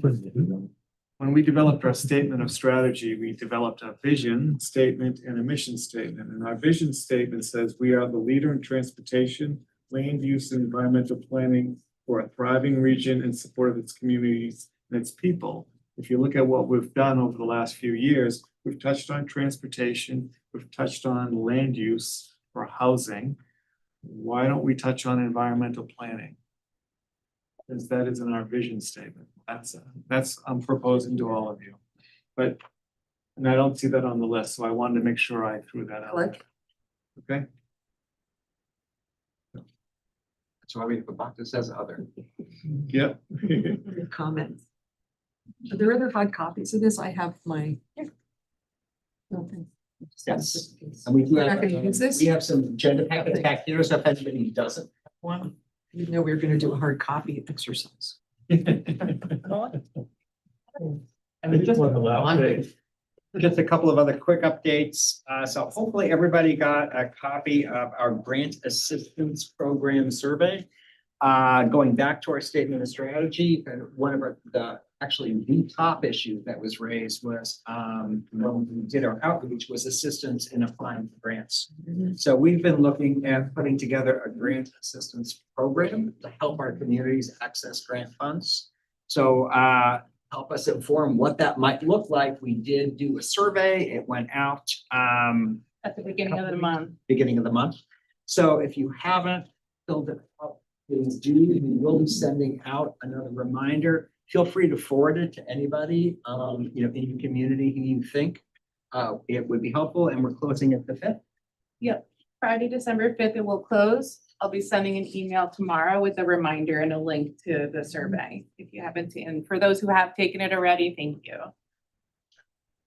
And then finally, just a note that we are, well, not finally, two more things. So we are going to be doing a refresh of our website. So that's something we'll keep you apprised of as we go along. But, in your journey, as you're looking at and using our website, if there's things that jump out at you as areas where we could really improve or something you struggle with, just let us know, shoot us an email, give us a phone call. We kind of have a team, which is really mainly Salem and Sarah, because they really know they know the technical side and the outreach side the best. So again, just let us know. And then finally, regional plan. It was requested that we provide an update. So the regional plan is definitely behind. It's something we were hoping to have wrapped up sooner. It is in process, so expect to see an update at our February meeting. I think our goal is to try to get it adopted in front of you as a plan at our April meeting. And if for whatever reason we're not ready to adopt or approve, you certainly will have a full presentation then it'll be June, but it will be by the end of our fiscal year. And so expect to see more on that as well. That's it for my updates.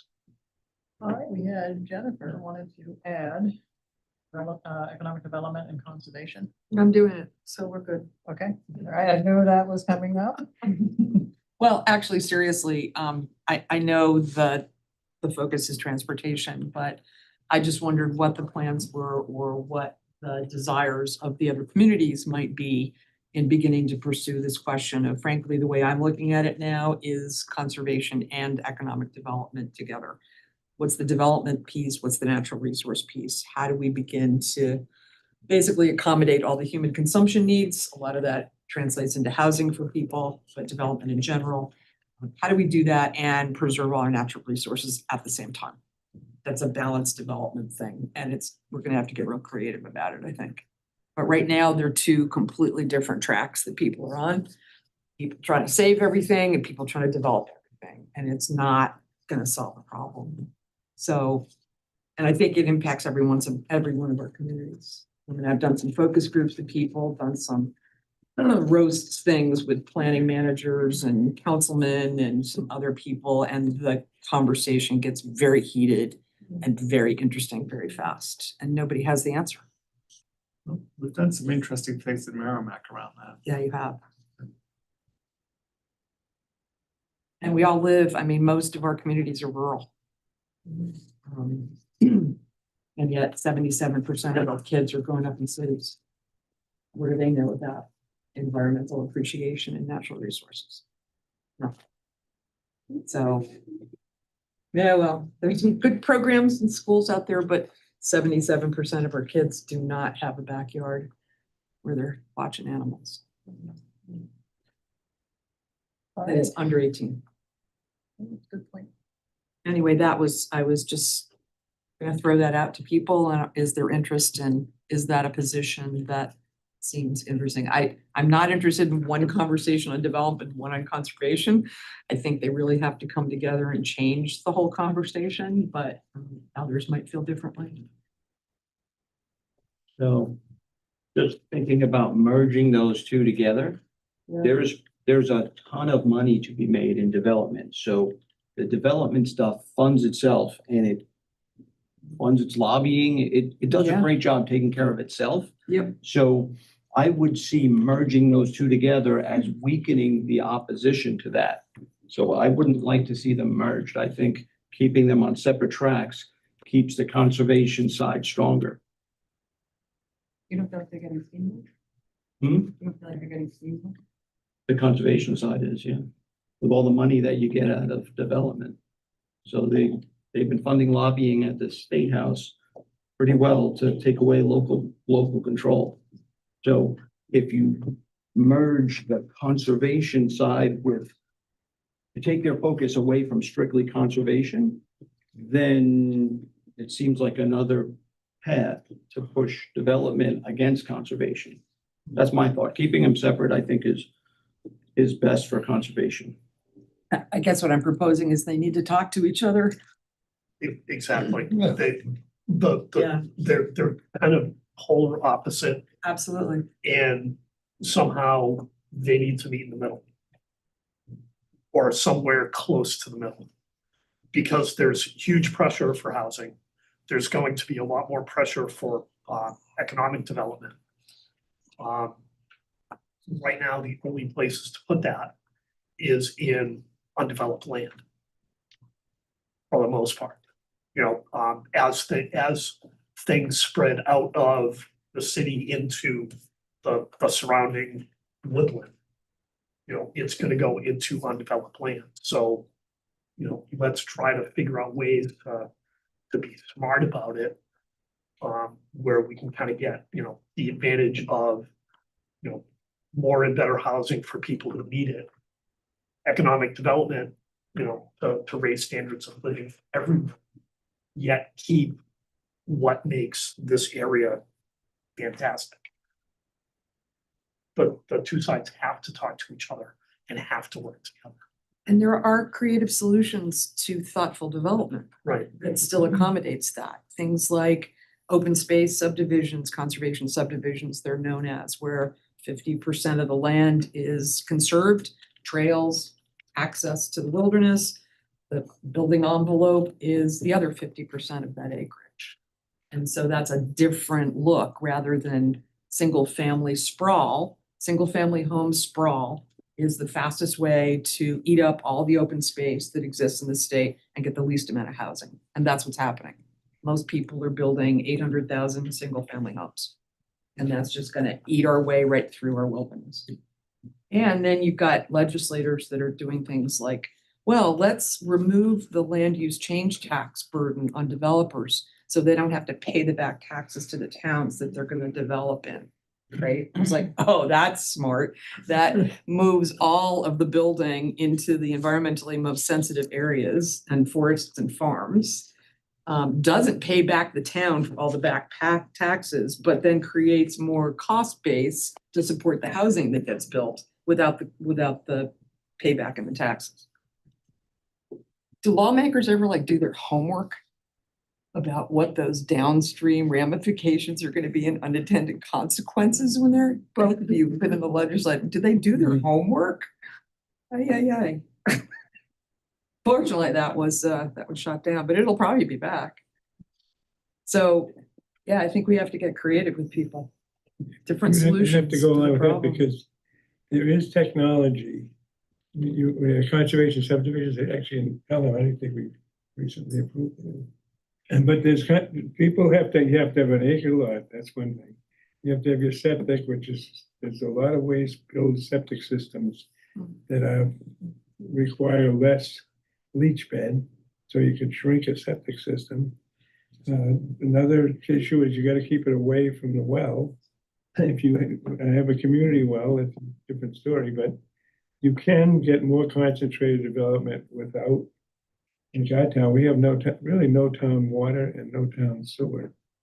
So you can't, the state seems to think you can expand your development without that. Well, there's techniques where you can create, I think, more affordable housing, more concentrated housing with techniques.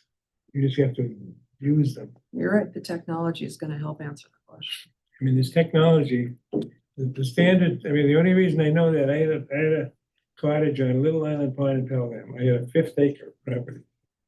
And that this New Hampshire allows this now, it's called the Clean System. It's actually an engineered treatment system that has 1/10 of what you need for a leach bed. So they could do that. They were focusing near ponds on their wetlands, literally water bodies. But why can't you use something like that in a development? I don't know, with things coming into Putnam, I don't know anybody that uses it like that.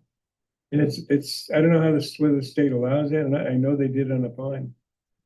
So the technology's there without spending a lot of money, in my opinion, building sewers and building water systems. Well, whether it's a topic for the forum or it's a topic for a different day, I'm sure we could look at some alternatives out there.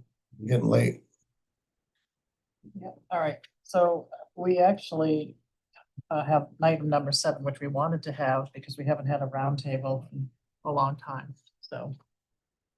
We would like to do that, if that is all right, and go around, because I think we do get a lot of good information out of that.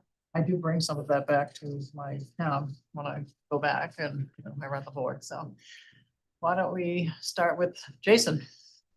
The news, please. I'll defer to Selectwoman Prey. Okay. Is Chris still there? No. Okay. All right. I'll defer to the second half. Okay. In Hudson, we've been working on this sidewalk fund project for quite some time.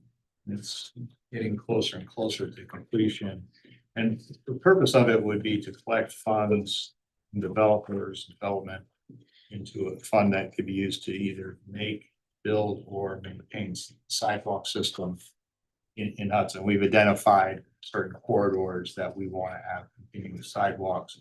A lot of them have sidewalks and gaps that need to be filled, and there's always maintenance, right? We're a pretty rural town.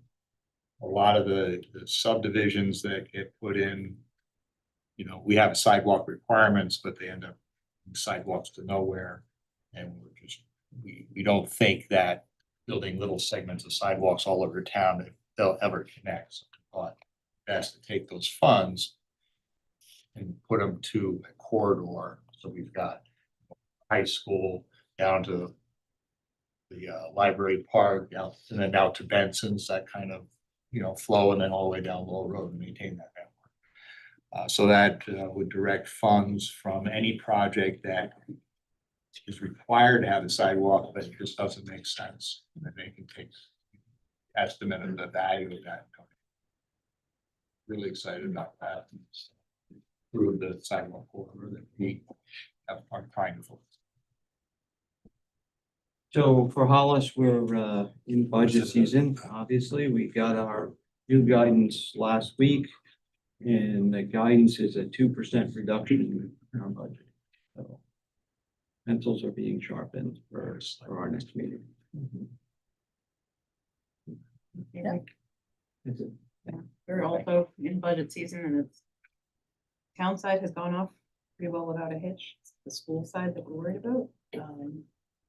We'll have the budget committees vote on the Thursday night. As far as projects go, as you mentioned, there's the Marsh and Mammoth. It's pretty well underway. We've got our ducks in a row. We'll be starting in 2026. I believe we've got the culvert going in at one of the bridges on Old Bridge 3.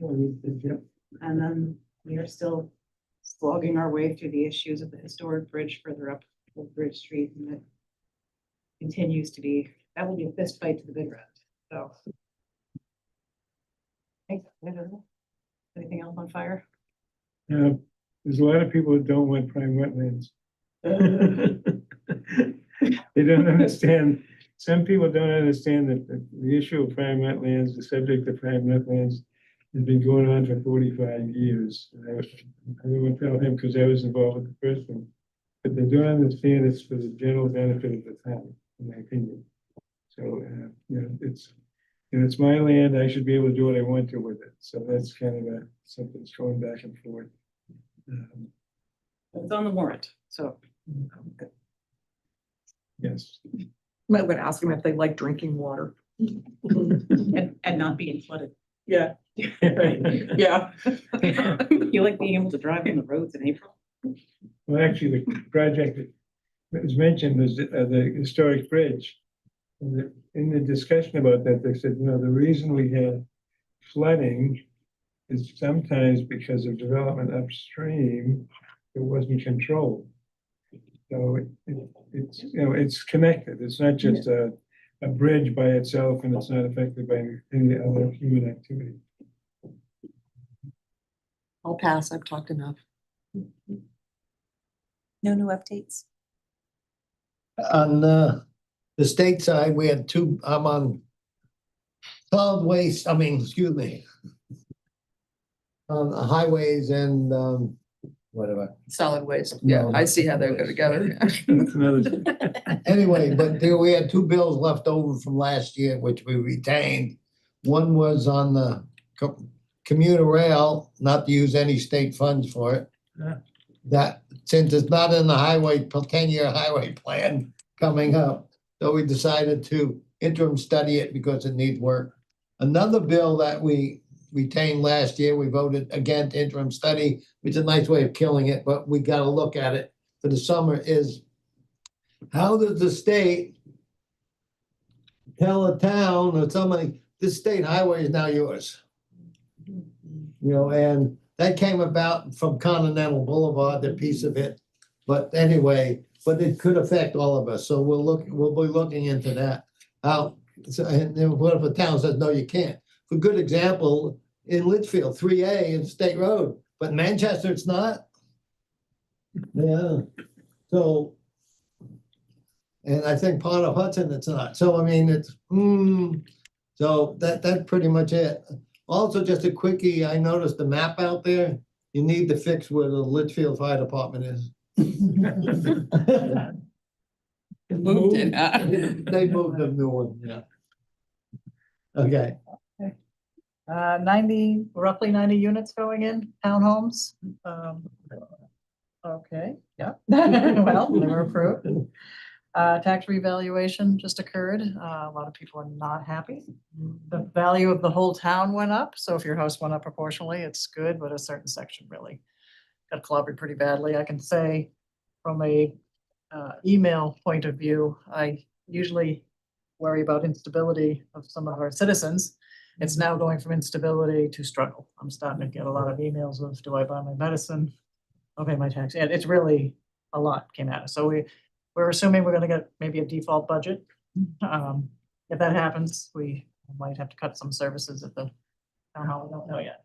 On the town side, we're the same, you know, we've only gone up a couple $100,000 in 3 years. It's pretty good. School, you know, we do need something that can happen there. I know, but. Everybody, population down, money goes. Yeah, but again, I Yeah. think the town's in good shape. I think the Pelham, right, but you know, the school, we're just still waiting to see what they're gonna come up with for a solution. Would the revale drop your tax rate though?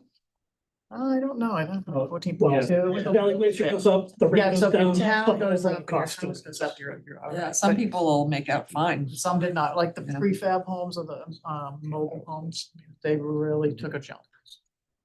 So we saw a large increase in residential valuations and a much smaller increase in commercial valuation. We don't have any of So that. the reval actually hurt the residents.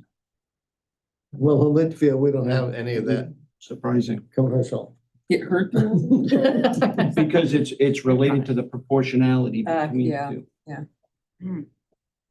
So that's what I have for Litchfield. In Amherst, it's budget season. We have not finalized. Hopefully at our next meeting, there's things that we need to take out. We're above 5% and new things just seem to keep getting added.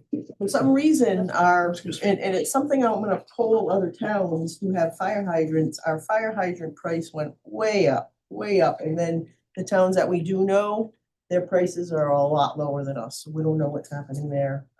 They have to go in front of the PUC for their fire hydrant rates, but that went up almost 200,000 for us this year. It's like Litchfield. Just the dog license fees. Just crazy. And then we have a regional landfill and that I know Hollis, you got hit because you're part of that and those fees went way up as well. So we're getting hit with quite a few things. We did execute our agreement for our Safe Streets for All, so we're on a timeline for that now. We had gotten that grant a few years ago and now we've signed it and that will be happening. We have a development for 39 units that it's a development that started in 2019, went through the court system up to New Hampshire Supreme Court, so it's back under an old ordinance that we got rid of. And that's getting closer and closer to a decision. We have the Conservation Commission wants a warrant article. We will be putting a warrant article for $10 million to buy land. We had one for 6 million a few years ago, which passed, and that goes quick. So this one will be for 10 million. And the only other thing I did want to mention for any towns that have impact fees, there was a law passed this year that you can add DPW buildings to it. So we're putting that on our warrant article because we do collect impact fees, but not for DPW. We have only roads. So we have an old facility and that would come in handy and we'll be changing our impact fees if that goes forward. The school side has always been, we don't know where they're at. The elementary schools has put on the ballot the last 4 years, a new elementary school and has failed 4 times. We're expecting that to be put back in some fashion, either this March or next. We don't know. We don't know where that's at. Right now, they haven't made a decision.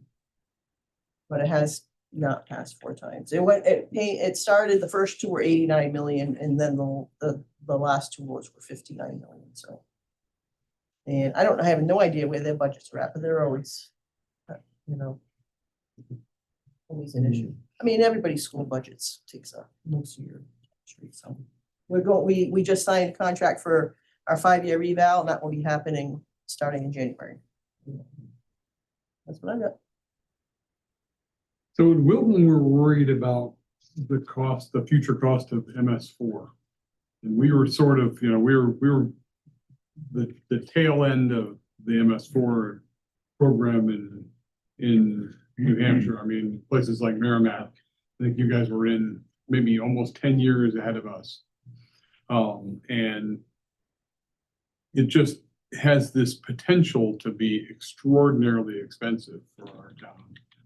Part of the problem is finding somebody to be a consultant.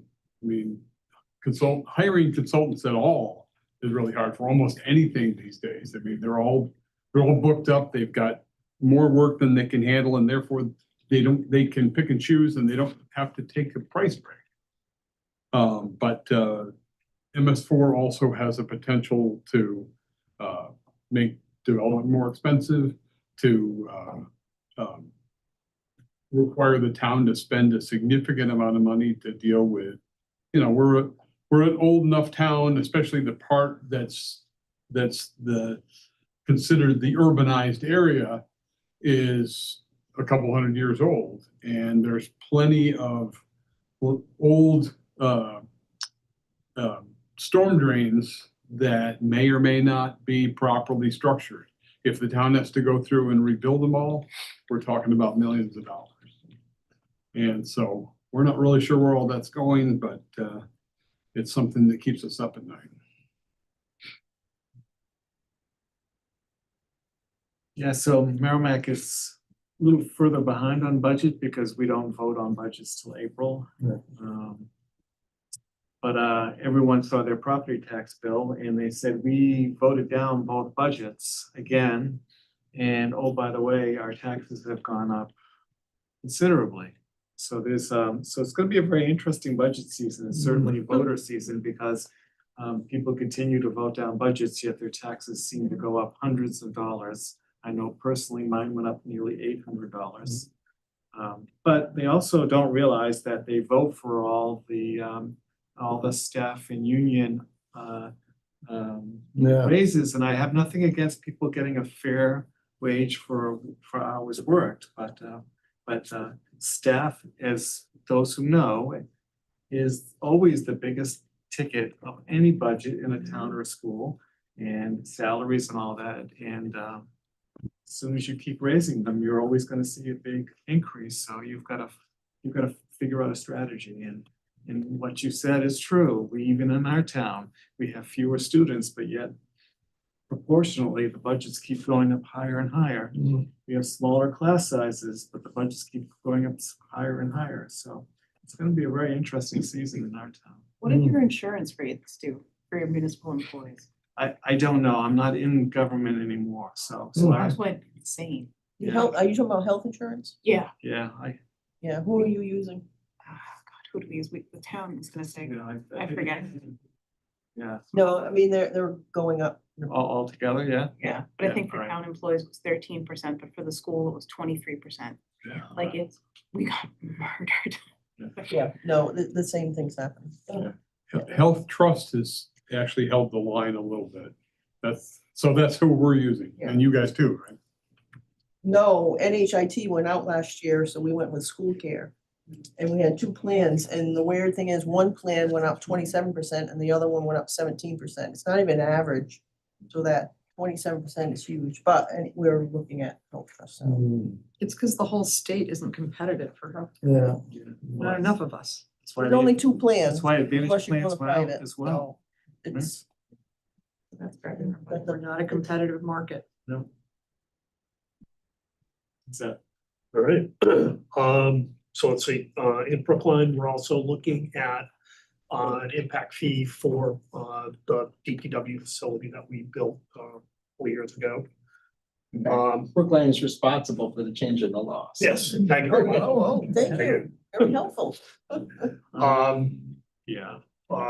We're still waiting for our property tax bills because apparently there was like some backup at DRA. You got your DRA back? Have they got back to you? No. I just checked with Kermit. We're not, ours isn't back yet either.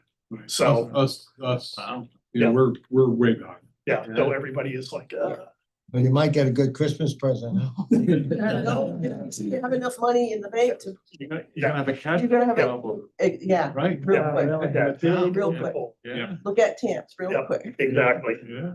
And the final thing is, the developer finally broke ground on the 98 unit housing development on Route 13. That is going to be a combination of housing for older persons and workforce housing. Is the older person affordable as well? Yes. That means. Pull on the eye of the beholder. Yeah, exactly. Affordable for who? Well, certainly not for us. It's a rather expensive court case. Does NRPC want to make any general comment you're seeing or? No, just that I believe for the workforce housing, it's 60% of the median income. Right, Low. yeah, because it's all rental. Right, it's income restricted. Right, okay. Okay.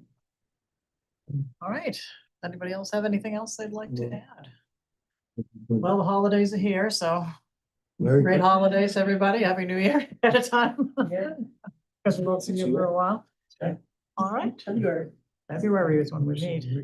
Motion to adjourn. Yeah, I have a Thank motion. you, We have one NRPC. motion and a second. We're trying. Adjourned. What do you want us to do with our votes? Oh. You went to go get a piece like this. Press sale.